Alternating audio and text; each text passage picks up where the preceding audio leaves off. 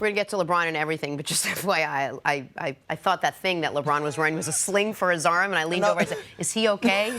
No, Nick goes, that's a bag. That's a bag, yeah. He's been wearing it to a lot of the post-game press conferences. I didn't realize that. All right, let's move fashion forward, if we will.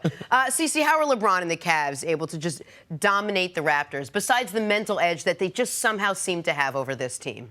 Well, one, the biggest question mark coming into this series was what would the role players do? Right. And in different games, game number one, the collective, the role players, Tristan, Jeff Green, those players, they showed up. JR, they showed up big in game number one. In game number two, the star showed up, and that's Kevin Love.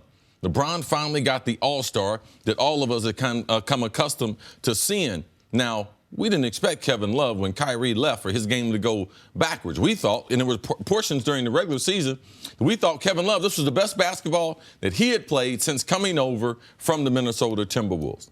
Now, he had went through recently, especially in the playoffs, the worst stint of basketball that we saw him. He came out of it last night. And LeBron said in the press conference that Kevin Love had a look on his face as if he was in the zone and he was demanding the basketball. So they went to a lot of sets that where LeBron and Kevin Love were on the same side of the court, where LeBron knew they weren't going to double team him. They did a lot like Boston did in the first game against Philadelphia, where they passed the ball till they got the matchup they wanted, which was Kevin Love, and they just kept force feeding. And Kevin Love took advantage of that. And then LeBron, after seeing that, and then the game kind of got a level set, the energy initially he knew would be there. Toronto played a good first half. Then LeBron decided to take over. And at that point, he played the game, and his shot making, I would say, was either one of the top three games as far as the difficult shots that he decided to take and the ones that he made. I mean, it was a brilliant performance from him offensively. So Kevin Love, this would be game two, would be the game that was forced upon. Kevin Love, because people had given up on him, but his teammates and a few other people, they hung in there with him. They kept him at the 5 starting lineup. I believe Ty Lue, giving him that overall confidence. He didn't want to be there. What his teammates told him. And I was telling Nick last night on the phone, man, Kevin Love's teammates like him. Kevin Love is a good guy. He works hard, fits his role within the team very well. And LeBron mentioned it later on, what Dwane Casey in his role as a defensive assistant for Dallas, it forced LeBron in to be able to make these type of shots because that bad performance that he had in the finals against the Dallas Mavericks. Listen, your points on Kevin Love are well-founded.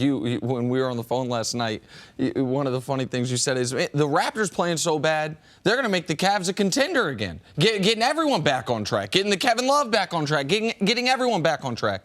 But while the Kevin Love part of this was important for the Cavs long-term, important for the Cavs in the next round, very important for the Cavs no matter who they will end up playing in the NBA Finals, the story of this game turned into what LeBron did in quarters 2 through 4. Because after quarter 1, didn't look like we were going to have any type of special LeBron game. He waited. Kevin Love I think, took 8 shots in the first quarter. Was that intentional? Do you think that was LeBron's game plan? Come in, get the other guys involved before I do anything? Absolutely intentional.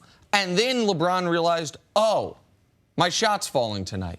And when that happens, good luck, good night, no matter who you're playing, much less if you're playing a team that you have beaten 5 consecutive road playoff games. 5 times in a row in their building in the playoffs. You've won 8 in a row in the playoffs overall. And so what LeBron was doing last night, to steal a line from one of my favorite writers, Josh Eberly of Hoop Mag, he was Kobe's shot selection with Shaq efficiency numbers. He was taking absurd shots, still shooting close to 70% for the game. And so what we had last night was a guy who somehow is at the peak of his powers, controlling a playoff game, unlike, and I can't believe I'm saying this, we've ever seen him control a playoff game. LeBron has never contributed more points as far as scoring and assists in a playoff game in his NBA career. What about on the defensive end? Guys guarded by LeBron James last night shot 11% from the field. He tied his career high in playoff assists. He was 2 points off his career high in playoff points. If we just drop the threshold, he had 43, 8, 14. If we drop the threshold to 40, 8, and 11. Make it a little more rounder numbers, a little easier.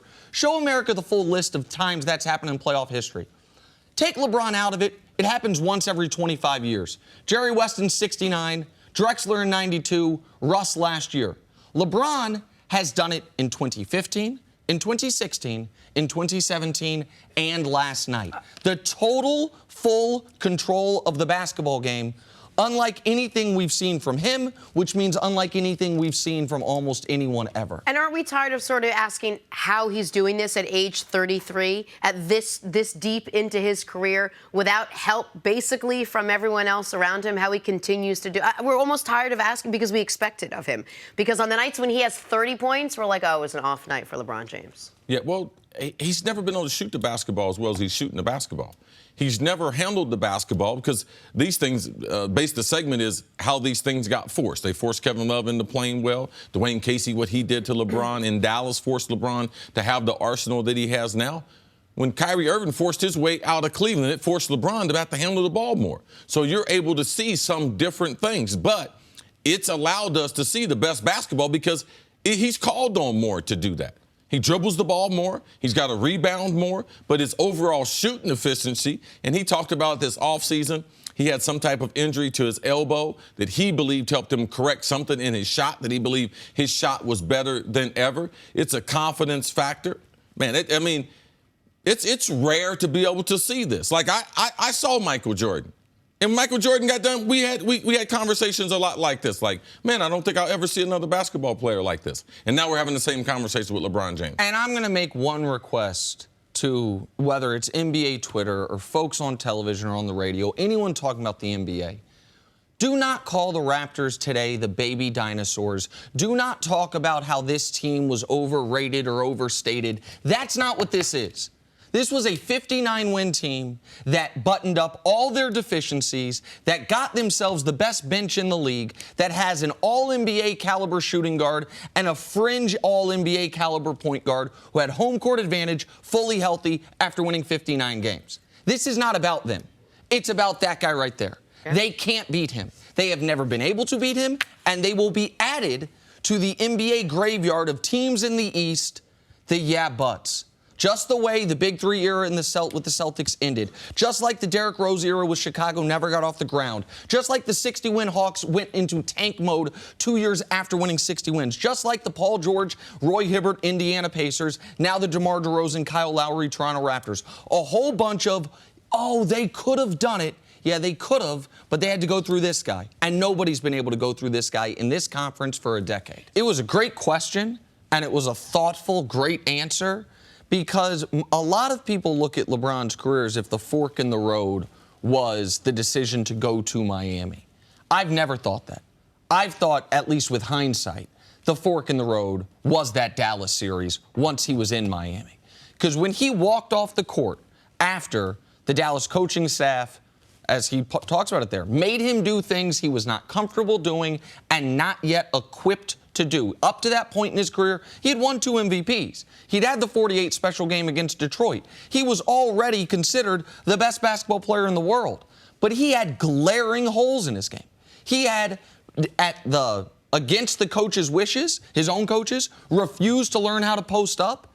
He had not gotten comfortable doing the things that now he is so great at. And when he walked off the court from that moment forward, and I've said this time and again on this show, I believe what he's put together is the greatest 7-year stretch, consecutive years, in the history of the sport. Since he walked off the court in that series, we talked about it last week, he's played 13 elimination games. He's 10-3 with 12 30-point games. The one non-30-point game was a triple-double in Game 7 of the finals. He has added a new wrinkle to his game every single year. He is somehow in better shape now than he ever was, and it's about that series.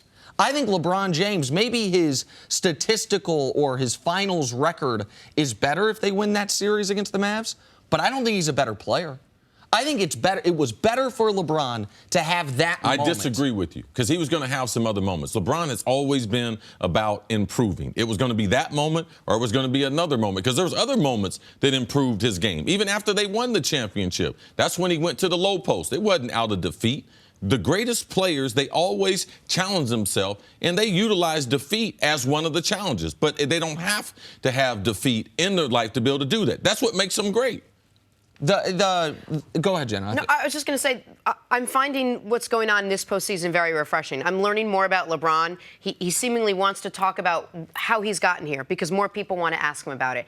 So I didn't know that. I would never, I just didn't know that he was so aware, like you said, of where he is in his career now, of where he was, and how much he has changed his game. Usually when you're that talented, you don't have the wherewithal to want to change your game, to take it to the next level. And typically guys change their game because their body has demanded it. Exactly. So, like, when Michael Jordan came back from his first retirement, after he won the 3 rings, then he went to go play baseball, when he came back, he was still far and away the best basketball player in the world. But he was no longer the best clear-cut, raw athlete in the NBA. He was older, he'd been away from the game.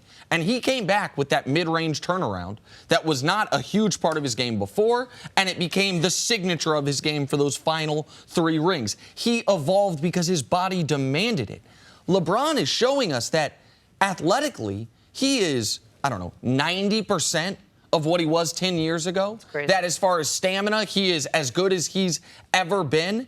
And he is now just adding new layers to what he can do. I do think I don't want to say turning point, but I think the biggest moment was not just defeat, but a defeat that was, Cece, that defeat was on him. It's one thing to lose. It's another thing to lose because you, in Game 5, have 8 points in the finals, when the moment's too big for you, and when your teammates step up and you don't. That level of I think the biggest thing for LeBron was when he left Cleveland. And he faced all the criticism, and at that point he realized after a year where people tried to make him the villain, he tried to be the villain, he came back and said, you know something, I'm not that guy. I'm not going to be that guy. That was before Dallas. That's what I believe changed his career.